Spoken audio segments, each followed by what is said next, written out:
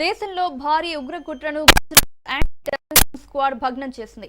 అహ్మదాబాద్ లో పాకిస్తాన్ గూఢచర సంస్థ ఐఎస్ఐతో సంబంధాలున్న ముగ్గురు ఉగ్రవాదులను అరెస్టు చేసినట్లు అధికారులు తెలిపారు.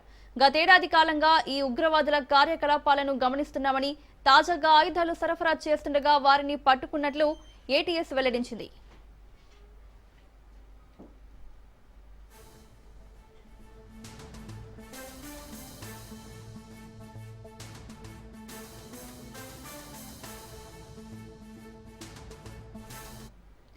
దేశంలో ఉగ్ర కుట్రకు పాల్పడేలా ఈ ఉగ్రవాదులు ఆయుధాలని మార్పిడి చేసేందుకు గుజరాత్ కు వచ్చారు. గుజరాత్ కేంద్రంగా దేశంలోని పలు ప్రాంతాల్లో ఆయుధాలని సరఫరా చేసేందుకు ప్రయత్నించారు. సరఫరా అనంతరం ఉగ్రకుట్ర చేసేలా ప్లాన్ చేసేందుకు యత్నించారు. ఆ ప్రయత్నాల్లో ఉండగా ఏటీఎస్ ముగ్గురిని అదుపులోకి తీసుకుంది. అనంతరం దర్యాప్తు చేపట్టింది. ఈ దర్యాప్తులో ఉగ్రముక్కలు లక్ష్యంగా ఎంచుకున్న ప్రదేశాలను, వ్యక్తులు గుర్తించేందుకు చర్యలు చేపట్టినట్లు ఏటీఎస్ అధికారి తెలిపారు.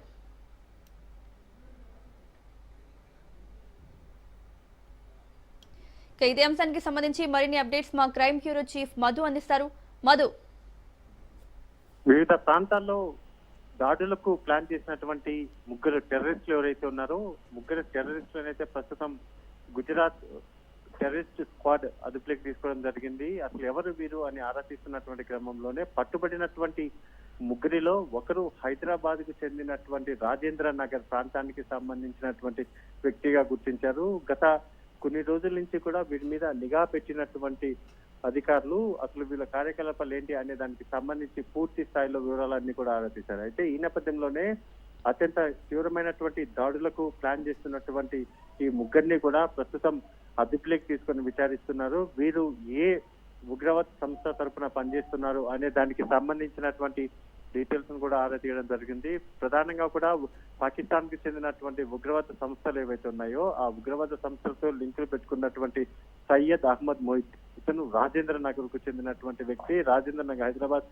రాజేంద్ర నగర్ లోనే ఉంటూ కూడా ఇతను ఉగ్రవాదులకు సహకరిస్తున్నారు. ప్రస్తుతం ఉగ్రవాదులు సహకరిస్తున్నటువంటి ఇతన్ని మరొక ఇతన్ని కూడా అదుపులోకి తీసుకున్నటువంటి గుజరాత్ టెర్రరిస్ట్ స్క్వాడ్ ఎవరైతే ఉన్నారో వీళ్ళ ముగ్గురిని ప్రస్తుతం విచారించడం జరుగుతుంది. చాలా భారీ ప్లాన్లు ఏదైనా చేశారా, వీళ్ళు చేసినటువంటి ప్లాన్లు ఏవి, ఎక్కడెక్కడ అమలు చేయాలనుకున్నారు, అసలు వీళ్ళకు లోకల్ గా సహకరిస్తున్నటువంటి వారెవరు అనే దానికి సంబంధించినటువంటి డీటెయిల్స్ అన్ని కూడా ఆరా తీయడం జరుగుతుంది. వీళ్ళకు స్లీపర్ సెల్స్ ఎవరైతే ఉంటారో, అంటే వాళ్ళు నార్మల్ పనులే చేసుకుంటూ ఉంటారు, చిన్న చిన్న పనులు చేసుకుంటూ కూడా ఉగ్రవాదులకు సహకరించే విధంగా కూడా వారు ఉంటారు. ఇక్కడ వీరికి స్లీపర్ సెల్స్ గా పనిచేసినటువంటి టీం ఎవరు అనే దాని మీద ఇప్పుడు ప్రధానంగా దృష్టి పెట్టడం జరిగింది. ఎవరైతే ఇప్పుడు పట్టుబట్టినటువంటి రాజేంద్ర నగర్ చెందినటువంటి అతను ఉన్నారో ఇతనికి లోకల్ గా కూడా, అంటే హైదరాబాద్ నగరంలో ఉంటూ కూడా స్లీపర్ సెల్స్ గా ఉంటూ కూడా సహకరించినటువంటి వారు ఎవరు అనే దాని మీద వివరాలు అయితే ఆరా తీయడం జరుగుతుంది.